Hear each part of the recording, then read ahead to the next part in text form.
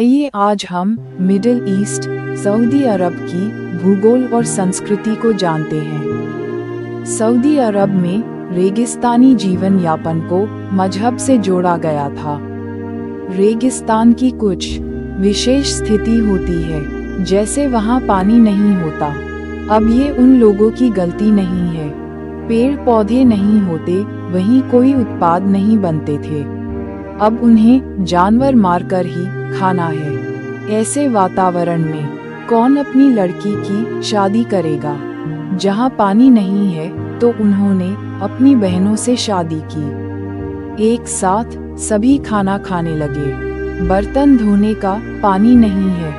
अब आप समझ सकते हैं, रेगिस्तान में गर्मी ज्यादा होती है तो वो सफेद कपड़े पहनने लगे। महिलाओं को काला कपड़ा पहने दिया। उसमें ज्यादा गर्मी लगती है ताकि वो घरों से बाहर ना निकले। वहाँ कोई आर्थिक गतिविधि नहीं होती थी, कोई काम धंधा नहीं, इसलिए जो भी यात्री व्यापारी वहाँ से यात्रा करते, अरब के लोग उसको लूट लेते थे। लूट मार करना ही उनका व्यापार था। अब लूट मार करने के लिए ज्यादा लोग चाहिए, पूरा गैंग चाहिए, इसलिए अरब के लोग ज्यादा शादी करने लगे। तलवार से गला बचाने के लिए लंबी बियर्ड कर ली। यही से शुरू होती है नफरत, जो आपके जैसे नहीं है। वो कितना भी अच्छा है, लेकिन वो लोग उसको गलत ही मानेंगे। वहीं से जजिया टैक्स की परंपरा शुरू होती है। अगर किसी व्यापारी को सुरक्षित निकलना है तो जजिया टैक्स देना पड़ेगा। अब अरब के लोगों को एक शब्द में बोले तो वो जंगली बर्बर लुटेरे थे। सभी को अपनी महान संस्कृति की ओर लौट आना चाहिए। भारतीय उपमहाद्वीप के भटके हुए लोग बोलते हैं, सिर्फ हम ही विशेष है। ऐसा बोलकर वो अपने पूर्वजों का अपमान करते हैं। वो भी हिंदू ही थे।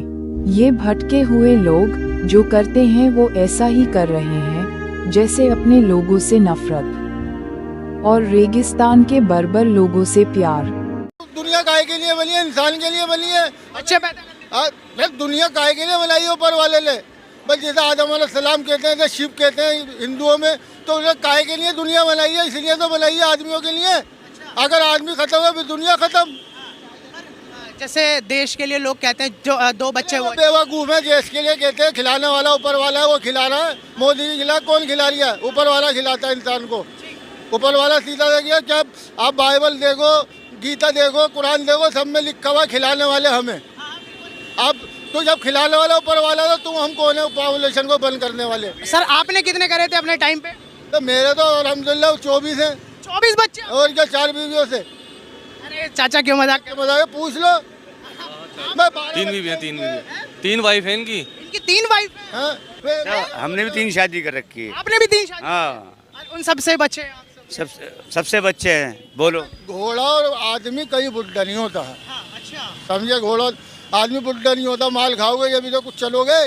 जब जो हमारी आंटी आए वो तीनों वो खुश रहती हैं यहाँ पर? सब लोग, बच्चे खुश, उनकी माँ खुश, उनकी माँ खुश तो हम भी खुश। अच्छा जी। और तो 3 वाइफ तो खान चाचा की है और 3 वाइफ आपकी है? बिल्कुल बिल्कुल।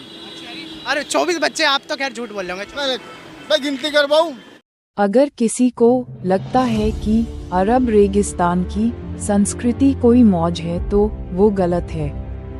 ये एक पॉलिटिकल पार्टी है, दुनिया की सबसे बड़ी पॉलिटिकल पार्टी। अगर हिंदुओं को लगता है कि वो इसको कंट्रोल कर लेंगे तो बहुत मुश्किल काम है। हिंदुओं के साथ सबसे बड़ा धोखा 1947 में हुआ था। सारी जनसंख्या का ट्रांसफर नहीं किया गया।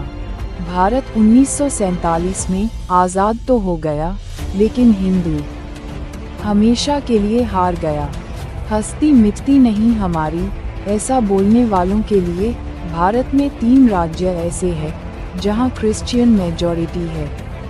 एक राज्य ऐसा है जहां सिख मेजॉरिटी है और एक राज्य ऐसा है जहां मुस्लिम मेजॉरिटी है। लेकिन हिंदुओं को मारकर भगाया गया कश्मीर में।